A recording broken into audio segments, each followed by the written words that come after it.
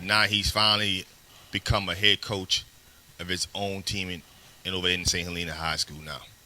Coach Chris Gordon, are you there? Yeah. Okay. Y'all can hear him. Y'all can hear him, well, fellas.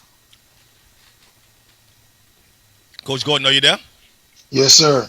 There we go. There we go. First and foremost, welcome back to FanView Live. Yes, sir. We deeply, deeply appreciate you having you, Coach Gordon. Listen, the last time I had you here on the show, we brought up the question you possibly becoming the head coach, and you kind of evaded my question. This was last year. You evaded me, but now it's a reality, man. Tell us about the process of you becoming the next head coach for St. Helena High School. What was that process like? And more important, congratulations on this achievement. But tell us about the process of becoming the next head coach for St. Helena High School. Oh man. First of all, thank you, man. Glad to be here. The process. Wow. Um, I want to say, I guess it goes all the way back to 2005, man. I was asked to be a volunteer coach by my former head coach, Donald Career, at Amy High, and I was there serving, man, just serving all of the different coaches that came through. I was actually working with some family businesses during the time, and got in the school system around 2000, maybe 2012 or so, and uncertified. Now I have all my certifications. I have my master's ed leadership. Just doing what I got to do, man, to move up officially. And Right. a couple years ago, opportunity came, and it wasn't the right time. Came around again, and it was too good to turn down the second time, man. Um, or should I say, not necessarily turn down, but not go after. I should say it Right. like that. I had to go after it, and happy for the opportunity. Um, the simple and short version could be, I owe all this to G, man, because a few years ago I wasn't a great coach. I wasn't ready. You know, you know, G called it how he saw it, man. And one thing I can say, um, if you're not willing to take constructive criticism, then this is not something that's for you. We could do it all the time to our young athletes, man, but to have someone just tell you, look, man, the better coaching staff is on the other sideline. So it really made me, look at myself professionally, and I'm glad to be able to have an opportunity to go to the next level.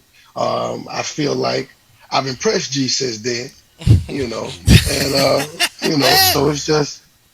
so it's about moving on, and trying my stay at St. Helena. G. Look, I've addressed this with Coach Gordon on a number of occasions. Look, It's kind of breaking up. he has twisted this story up so many times. But look, whatever gets him going and motivated him to become an even better coach and go win state championships and get ready to lead that St. Leader program. Hey, I'm here for it. I'm here for it. I'm here for it. Coach, man, just talk about, being in a meet all those years. Give me 1 second, guys. Let me turn these headphones off. I don't know because it's kind of getting feedback. Okay.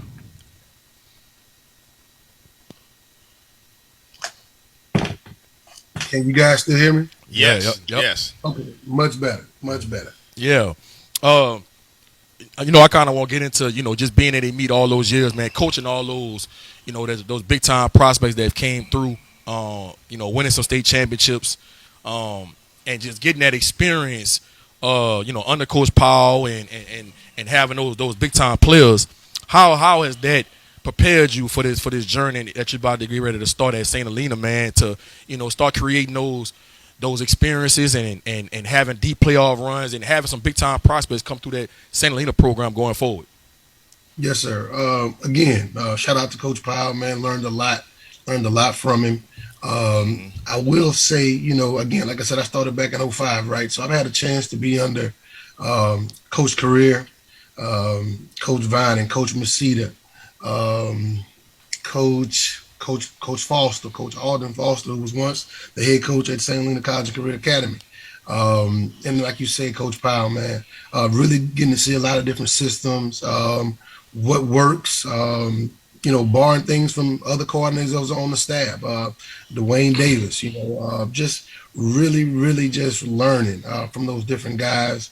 When it comes to the talent, if I'm being honest, the last maybe 5 to 6 years, every time we played St. Helena, man, it was like you could see those guys really, starting to kind of look more and more like Right. talent that you would see at Amen High. That used to be a team that you would play on homecoming. And it got to a point where you had to scratch and claw to get out of there with a dub, Yep. right? Yep. The talent is there. Again, the talent is always, if we're looking at the same time frame, Amita's always had talent, but it kind of just, went through the roof, broke that ceiling, in that same kind of time span. So the talent in this area is rich. I'm eager to see, what kids are willing to put their work in, man, because it's a testament to putting work in. We're only 15 minutes from May meet, so it's not like these kids don't know each other. It's not like some of these people not having the same family, same lineage, things like that. So, Right. greatness is out here as well. I'm ready to cultivate that. And again, if you look at your boards, the number one offensive guard in the country is from St. Helena College and Career Academy, Osiris Torrance. Yep. I'm not talking about number two and number three. The number one Yep. offensive guard in college football is from St. Helena. So again, it's here. I'm encouraging those that believe that they have an opportunity to compete. If you don't want to coach all in the videos, I'm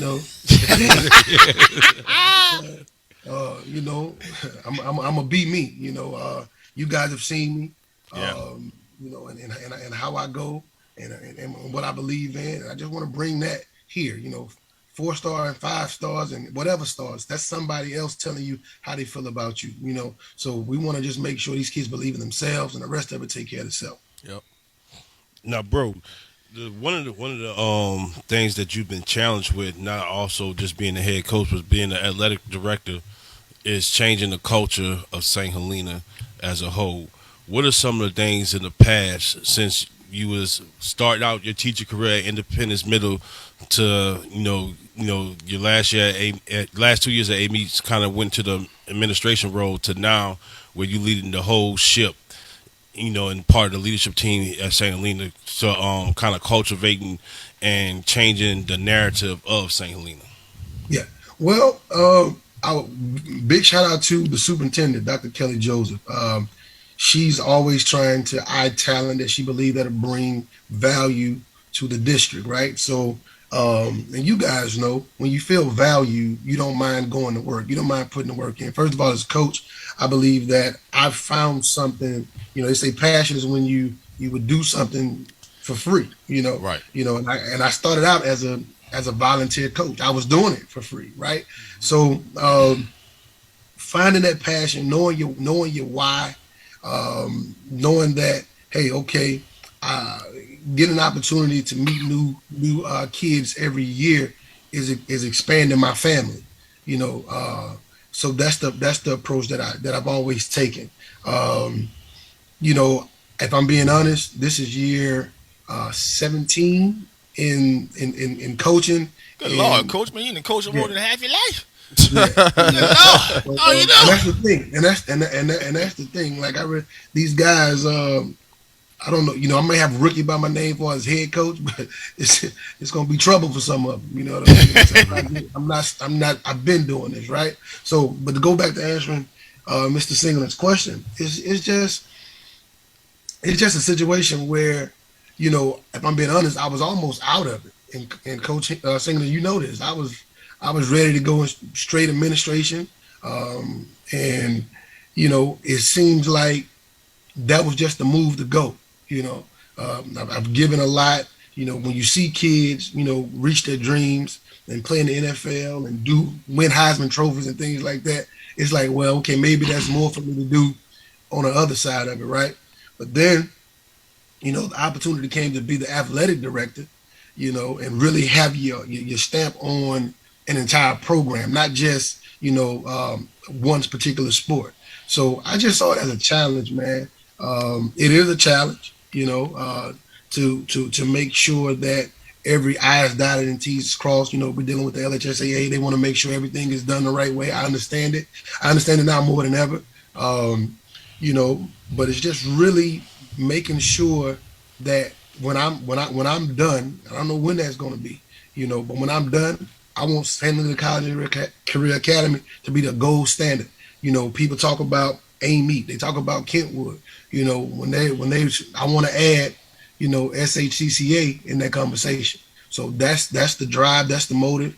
I could have stayed at AMET and been kind of comfortable, if that makes sense. But to step out and really believe and trust God on what He gonna do. So that's why I'm here, man. Listen, coach, it sounds like you're fully prepared for this challenge. I think, like I said last time when I asked you that question, it sounded like you were ready, but you wasn't fully prepared. Like you sound like you're real confident and prepared in this next challenge, in this journey in your life. But let's talk about the upcoming season coming up. Yes, What are sir. some of the expectations you think you have for your team? Now, I'm not talking about in terms of wins and losses. I'm just talking Mhm. about in terms of, you know, what do you see this team as being the first time head coach? What are some of the things you want to see how your team competes? And what are some things you're looking for in your players? How do I want our kids to compete, or what the standard is? The standard is simple, man. Put the work in. You know, don't get focused on anything other than putting the work in. The next play, and then the next play. Good things that happen, bad things that happen. The beautiful thing about sports is that it kind of teaches us about life. No matter what happens, we got to keep pushing forward, right? And we can't get it twisted. If it wasn't important about a final result, then the scoreboard wouldn't be up there. And we honestly believe that if we put the work in, most of the time when we look up at the scoreboard, we get the result that we want. But I don't want our kids to be surprised when we get the result that we work for. I use the analogy all the time about working for a living. Yeah. When you get your paycheck, you're not shocked that you get it. When you go home Right. and your lights are on, you're not shocked that they're on. You've paid the bill. You've put the work in. So that's the culture and that's the mindset. When we get on the field, we're gonna play. We're gonna play. Give it all every whistle. We're gonna win with class. And if there's defeat, then we'll be have even more class in that. The expectation really, again, like you said, winning and losing, it's important, but more importantly, when these guys are done and they hang the cleats up, they are positive young men. You know what I'm saying? And that's Right. what we want. Right. We want them to be positive young men. We want them to be assets to society, basically. When they come back here, hey, you know what? We get to put them on the wall. This is what they've done for other kids to see that they can do those same things. Coach, I want to ask you something. Like I kind of said earlier in the segment about Eddie Meat, you coached a lot of big time prospects that went play in the SEC, in the NFL, even won a Heisman Trophy, like you said. In your opinion, why is it in high school sports, well, particularly in high school football, because we are a football rich state, Hmm. you have kids that might be a 4-star, ranked high in the country, ranked high in the state, might be the best player on their team, but when they get to college, they fizzle out, or they stay in college a year or two and they come on home and go get a job, and they just can't make that transition when they get to the next level. Why do you think that is? I think it is a lot of times, and I won't dare say anybody's name, but those kids when they on your football team as a head coach. Those kids based on the type of work that you put them through.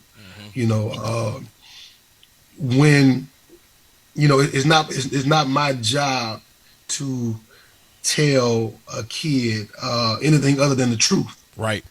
You know, Right. and that's why I said the stars. That's for somebody else. That's how they see you.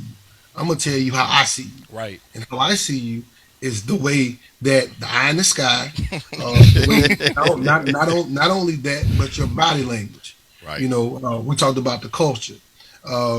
Body language is everything, man. Like one thing I can say about these kids at Helena, they have a pride about them, but they haven't seen the success that they would like, right? Mm-hmm. And the difference between some of the other schools that you see, um, there's a pride that's there. And some of the pride, honestly, is for the people that came before them. So they just know, hey, I went to this particular school and this is how we supposed to do, Right. And a lot of times you get clout off of that, Right. you know. But when it's just you and that grind, when it's just you and that workout, when it's just you and the guys that are just like you, so to speak, the truth is going to come out. Yep. And that's what I think the issue is a lot of times. You got kids that are committing. I can thank Coach Singleton for this. Let me just say this before I don't know if you guys are gonna ask me. Let me just say this, Coach Singleton, man, I love you. I appreciate you, man. I thank you for all that you've done. When you came to Amy, bro, I didn't have a championship as a coach. You know what I'm saying? And I appreciate you coming in and really supporting me and supporting the staff, doing all that you can for those young men, bro. And it's an honor to be able to keep rolling with you, man. You being my associate head coach, bro. Like I said, man, it's an honor. I wouldn't do that publicly or whatever. I know I tell you things like that all the time, man, but I appreciate you, my boy. And Much appreciated, brother. yes, sir. So moving back to the comment about just those kids having to be exposed. I have a few on my list that I wish wasn't like that, but Right. hey, I got some gangsters too. I got some dogs. I got a guy that I won the Heisman Trophy winner. I hope he had some of the foolishness that also had that ain't meat on. Right. And we have guys that's gonna continue to fight and hold that standard. And out here, Osiris Torrance, and then you have Mr. Singleton that's over at Nebraska. Like we have guys, man, but it's getting them to understand that legacy that we talking about. You better expose your family. You better expose that name on your back of your jersey. You better expose the fact that Facts. you're a real one. You know what I'm Facts. saying? Because when you do go and you decommit, when you do go, you hurt the program you just left from. Yep. You know what I'm saying? You hurt the next kid. So again, man, that star stuff and all that, that's cool and all, but I think the work those kids just have to understand it's a process, man. And not only that, the academic side of it is another piece that I think a lot of them just don't understand. Like you there's no shortcut to the NFL. There is none. Right. So just putting the work in. Hopefully, I have a couple guys. I think of one, Devontae Lee. I think he's going to actually have an amazing year. I agree. Once he gets healthy. But it's guys like him, guys like the Rand Branch. I don't mind calling their names because I coached them. Right. Those guys, you better show up and show out, because if you don't or whatnot, your name is on that. Right. And it's the same thing with a Coach Gordon that's here at St. Helena. My name is on this. I'm not just coming to come. So that's what we're doing, man. I hope I'm gonna shut up because I don't want to. But Coach Hank, that's me, man. I put names on it. If I'm gonna say it, I say it to your face. I say it to your parents. It is what it is. It is what it is. Yeah. just like G. You know the story. G said it. He said it. I said it, man. That's how I feel. So okay, you take it. But that also helped me to be a better coach. Right. So You twisted the story up a little bit, but go ahead. it was breaking up, bro.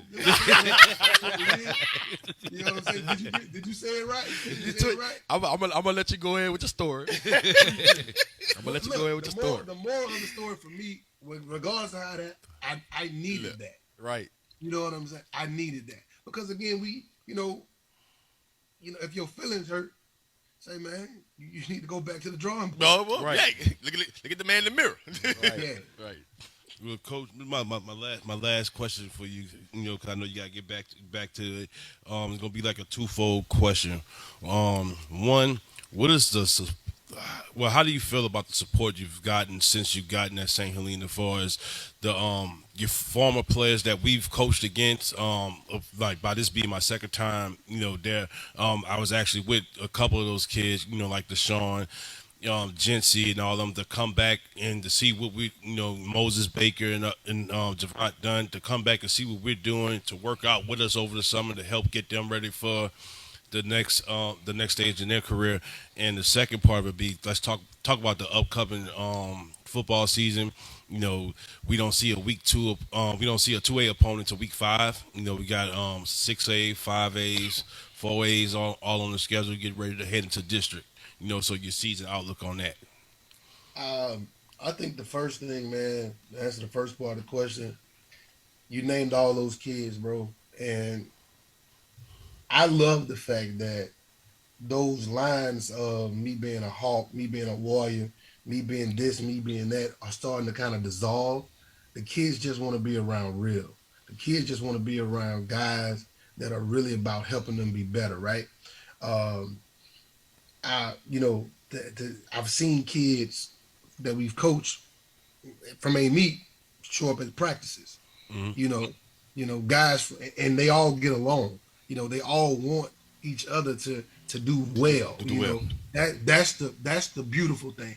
That's the thing I want to say. If I'm most proud of anything, I'm proud of that. I'm proud of former players come and work out with the kids. It's not every day an NFL player is at your practice that's working. Not this is not a camp. He's 1-on-1 helping you in your skills. I've heard somebody once say, in order to be something, you need to see something. Well, hey, that you see it. It's one thing for me to say. It's another thing for the Heisman Trophy winner.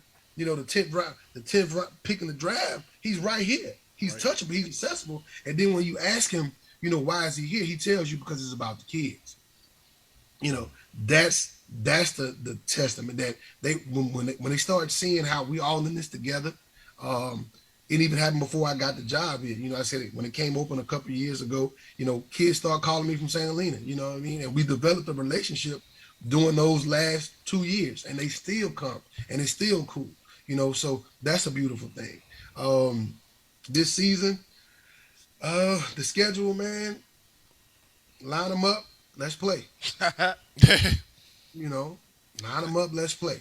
At the end of the day, football field gonna be what it's gonna be. We gonna look good doing it. I'm about building a brand, man. That's like I said. I want that H, that black and gold H, again to be shine just as bright. And again, don't get me wrong. This is no knock to nobody else. Amy, Kentwood, those are historic programs. They are giants in the state. They are. But we are only 15, 20 minutes away. We want to get in that. We want to get at the table too.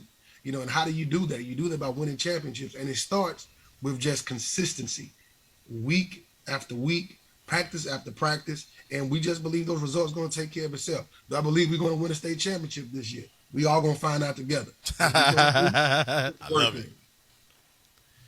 Well, it also starts off with coach. I'm gonna leave it at this. Y'all get some new cell phone towers. Cause goddamn it, only thing Verizon and AT&T. The last time I came to a St. Helena game, I couldn't even tweet.